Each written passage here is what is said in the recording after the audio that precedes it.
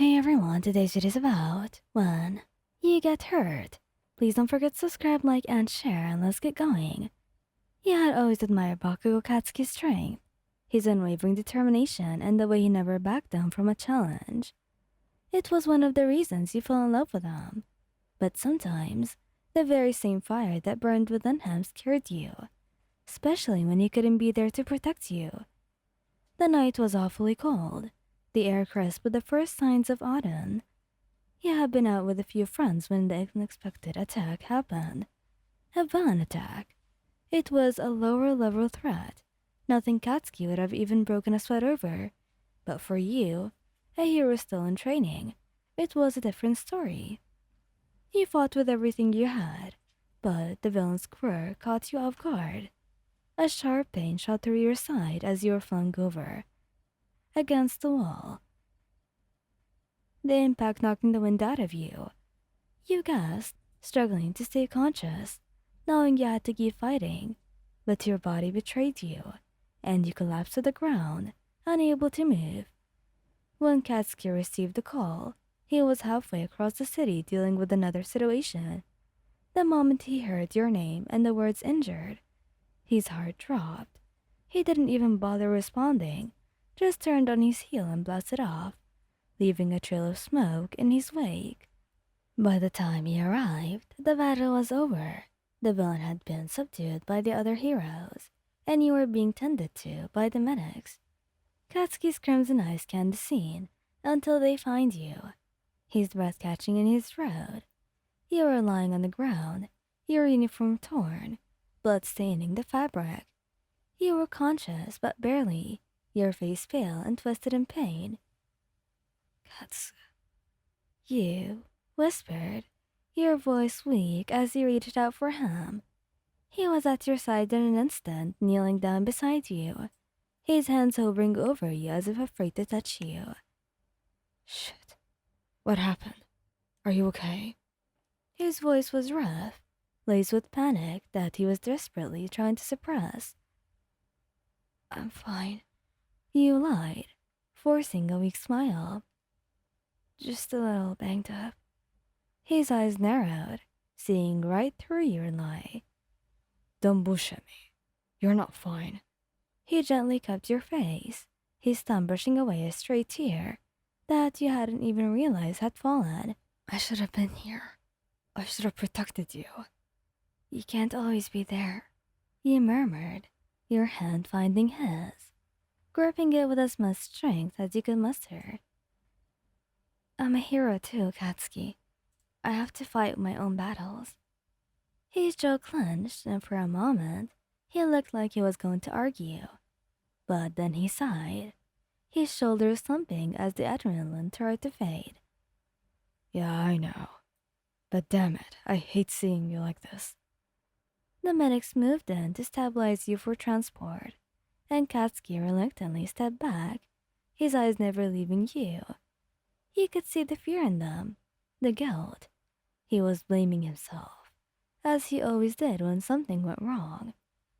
And as they loaded you onto the stretcher, you reached out for him again, needing to feel his touch, to reassure him that you were still there. Katsu, I'm here, he said quickly, his hand wrapping around yours. I'm not going anywhere. The ride to the hospital was a blur, the pain and exhaustion starting to pull you under. But you held on, kept your eyes on Katsuki as he sat beside you, his hand never letting go of yours. You could see the worry etched into his features, the way he kept glancing at the machines, monitoring your vitals as if you could follow them to get better readings. When you finally arrived at the hospital, they rushed you into the emergency room. Katsuki wasn't allowed to follow, and you saw the flash of anger in his eyes as they closed the doors on him. But he didn't argue, didn't make a scene. He just stood there, his fists clenched at his sides, and he was waiting. Hours passed, each minute stretching on like eternity. Katsuki paced the hallway, his mind racing with all the things he should have done differently. He should have been there. He should have protected you. The thought of you being hurt,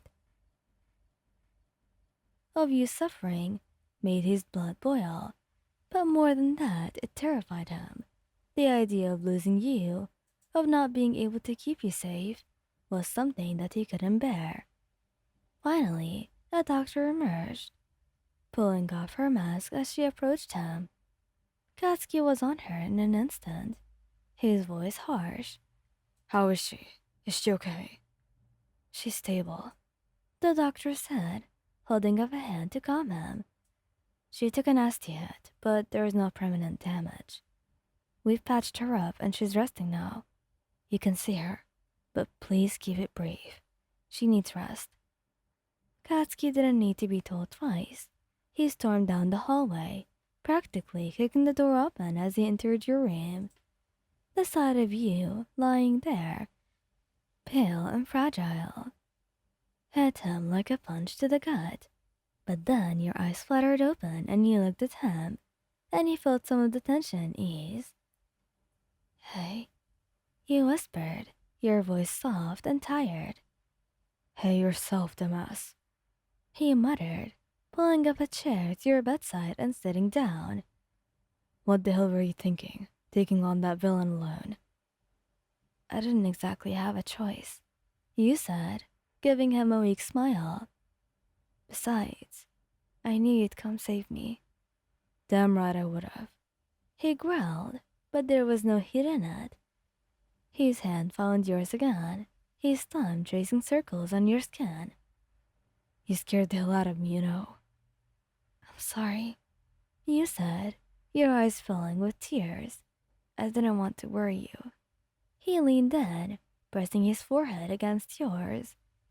Don't be stupid.